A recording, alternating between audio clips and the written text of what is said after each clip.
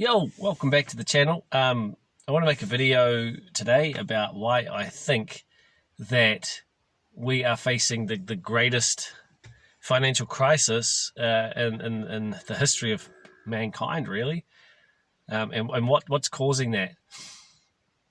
So, yesterday's video obviously talked about, Peter Schiff's perspective and how I'm a big believer of what he's saying. I always have been. I always felt like, man, this guy is so right, but nobody can see it coming.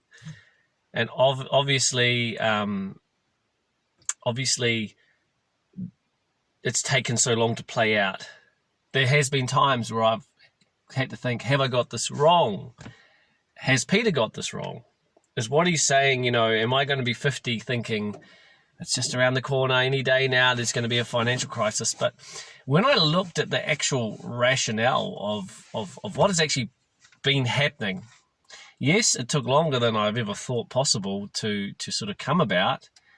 But now that it has, the problems that originally concerned me are far greater than the ones that originally did. The national debt's for the Americans is like, 31 trillion? Yeah, you've got war going on, sanctions going on, the energy crisis in Europe.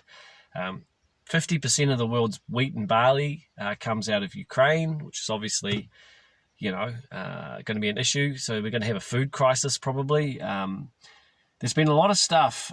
Food production isn't seeming to be as good as what it has been, pre-pandemic.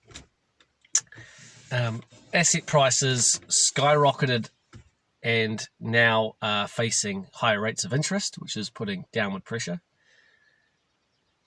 So, why do I think this is going to be the greatest financial crisis? Well, if we look back through history, we've had financial crises based on usually a bubble of some description. So real estate was the last one. There was the stock market bubble in the 80s and, in the NASDAQ bubble and in the 90s, and the Great Depression, the stock market bubble. There's been a tulip mania. There's been bubbles all throughout history. So many bubbles that I wouldn't even know even existed, but there's always bubbles in economies. And the result is always the same. They pop. But this bubble was allowed to go on for, really 20 years, because if you had bought stocks after the NASDAQ crash, if you had bought real estate even before 2008, everything's gone up since then. So, we've seen these dramatic gains in stocks, bonds, crypto, real estate, all this sort of stuff, all under record low rates of interest. So, we basically allowed monetary policy to be reckless in order to have a bubble. And the central banks knew that. They knew, we need a bubble to create jobs.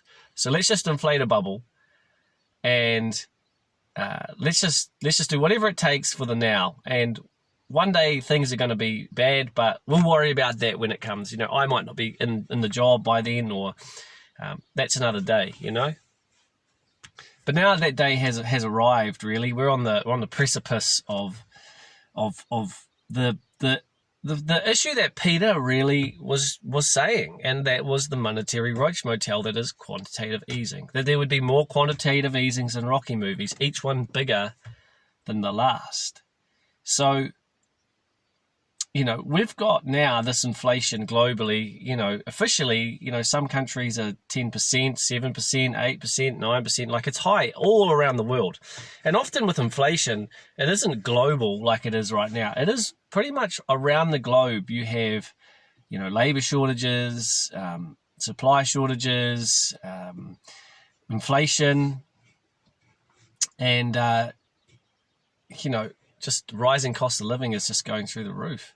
And while we have this, we have a war going on where pipelines are being destroyed, sanctions on gas from Russia and things like that, which is only going to drive the price of that gas up, which is going to, again, create inflation. We've got OPEC pulling back 2 million barrels a day of production. So that's going to drive the cost of fuel up. And in my country, we've had a tax relief on the fuel since the war started, because the price went up so much. They took a tax off. So come January, we're going to get 25 cents per litre put on the petrol and diesel. So again, the tax and the OPEC restrictions and the war and the inflation is only going to, drive fuel up, I would imagine, quite a lot, which is again inflationary.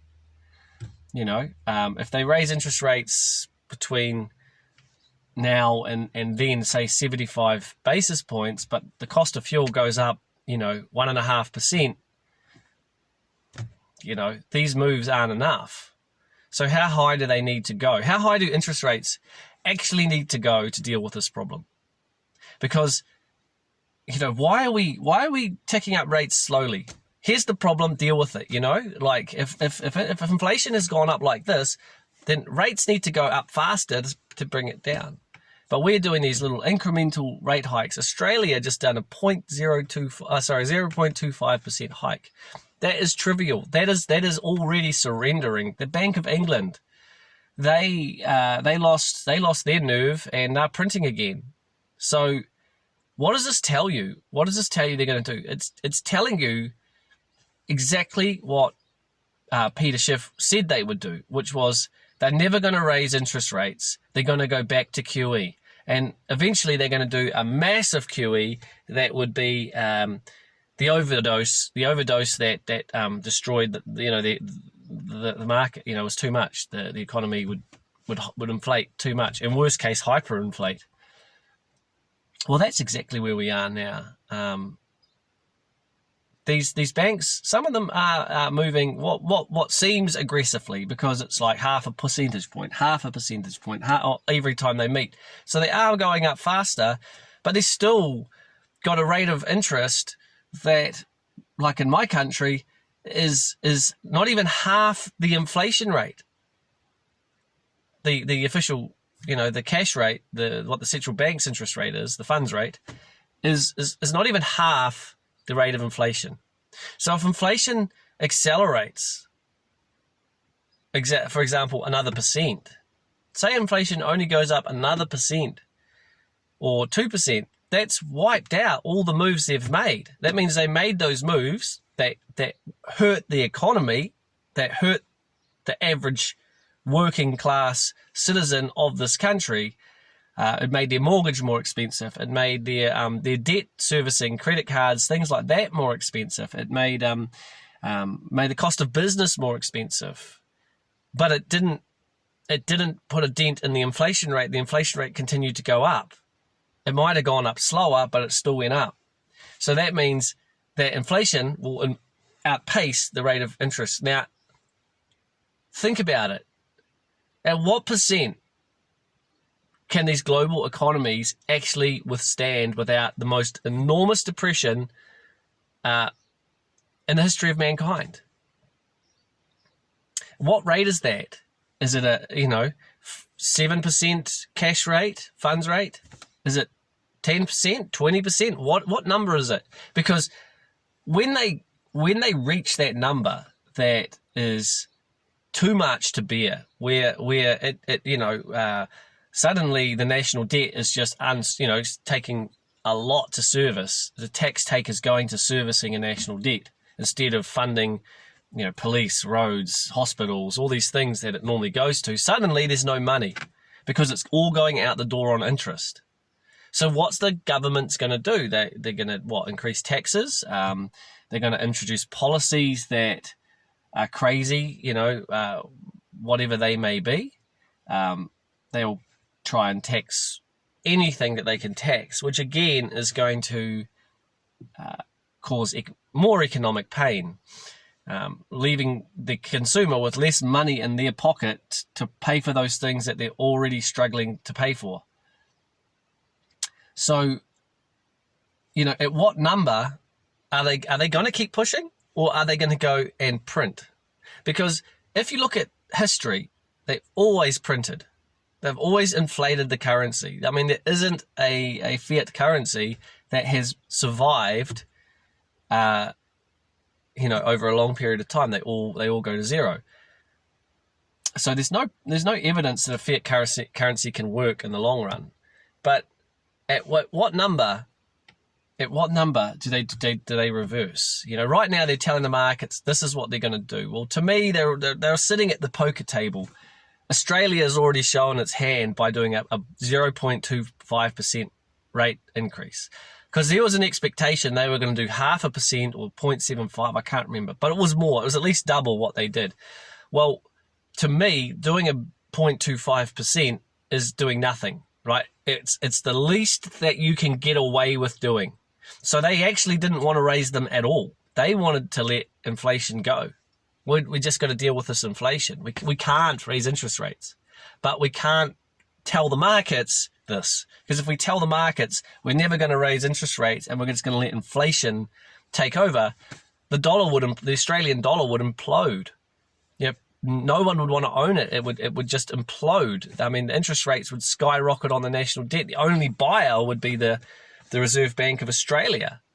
So they can't say that. So they have to make a trivial hike and hope no one sort of notices. Maybe the next one will be bigger, The Bank of England is printing, as I say. So there are banks that are raising interest rates, but for how long? How long do they raise interest rates? Are they actually going to do what they say? Because, right now we have, maximum employment, right? So they raise interest rates. Of course, people might lose their home, people might struggle, people might starve, but they've got a job. But what happens when eventually the tide turns and unemployment starts to surface, What happens if that happens? What if people start getting laid off? Because now that rates are higher, people can't build new homes or they can't, they're losing their homes, or they can't fund their business, or they can't get money to start a business because the banks are too cautious because of the higher rates of interest. So what happens if we start getting business closing, layoffs, unemployment, and inflation is still running wild? Are they going to then create more unemployment, more bankruptcies with high rates of interest, or are they going to go back to stimulus? Are they going to hand everyone a check? See, in my country, everyone, or most people, got a stimulus check just recently to help with the cost of living. So we've got inflation running wild, and yet we print money and dole it out to everybody to help with the cost of inflation. So the problem is we printed too much money. So we printed more money and gave it to consumers to go through the supermarkets. And I'm telling you, since they did that, the prices of everything in the supermarkets have gone up astronomically. It is crazy what I'm seeing on the supermarket shelves. On top of that, we've had some really wet season here. So a lot of the fruit and vegetables haven't grown. Lettuce is a little and they're really expensive. A lot of the crops have failed. Things like that have happened. They haven't been able to plant next season's crops because it's been too wet in a lot of places. So again, driving up inflation. There's so much inflationary pressure, and this talk of inflation having peaked is simply, in my opinion, just it's just fake news. It's just telling everyone what they want to hear. Oh, we're raising interest rates, inflation's peaked, rates will peak at 4.25%, and then they'll start going down and provide relief, and we'll be back to 2%. We ain't ever getting back to 2% inflation anytime soon, or less. That's what my country, the mandate is 2%.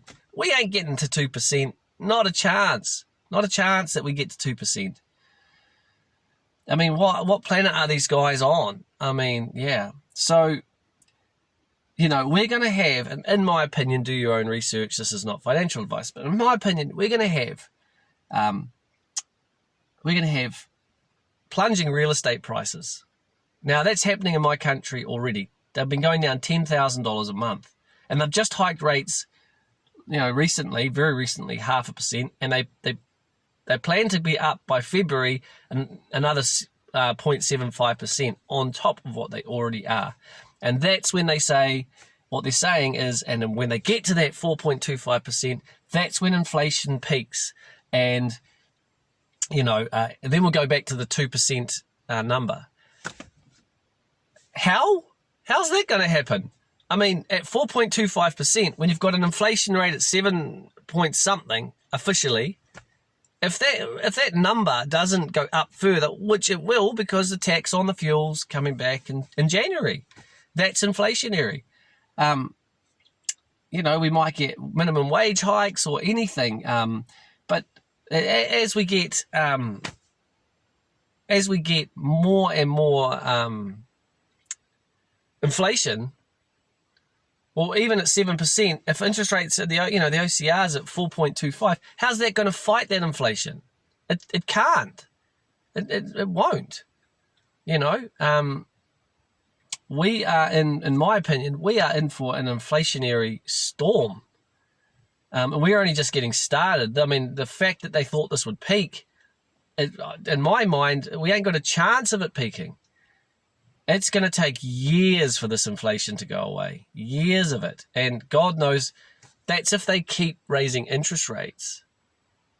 What if they print? What if they don't actually fight the inflation? What if they go down the track of printing? Which historically they always have. So I'm seeing this as a huge disaster. I mean, massive. We're going to start seeing, in my opinion, foreclosures, stock portfolios crashing, retirement funds being wiped out, real estate tanking, lots of things like that. So I'm going to be covering the unfolding events, and I hope you guys like my channel, can like my video, put something in the comments, subscribe, help me grow the channel, spread the word. But I think we're in for a massive crisis of unprecedented proportions. I think we're going to have, food shortages as well. So it would pay to probably, grow some of your own food, store some food. It's only getting more expensive, so it's probably quite a good investment right now. You want to be able to sort of survive what's coming and come out the other side okay. Like the channel, and we'll see you in the next one. Peace.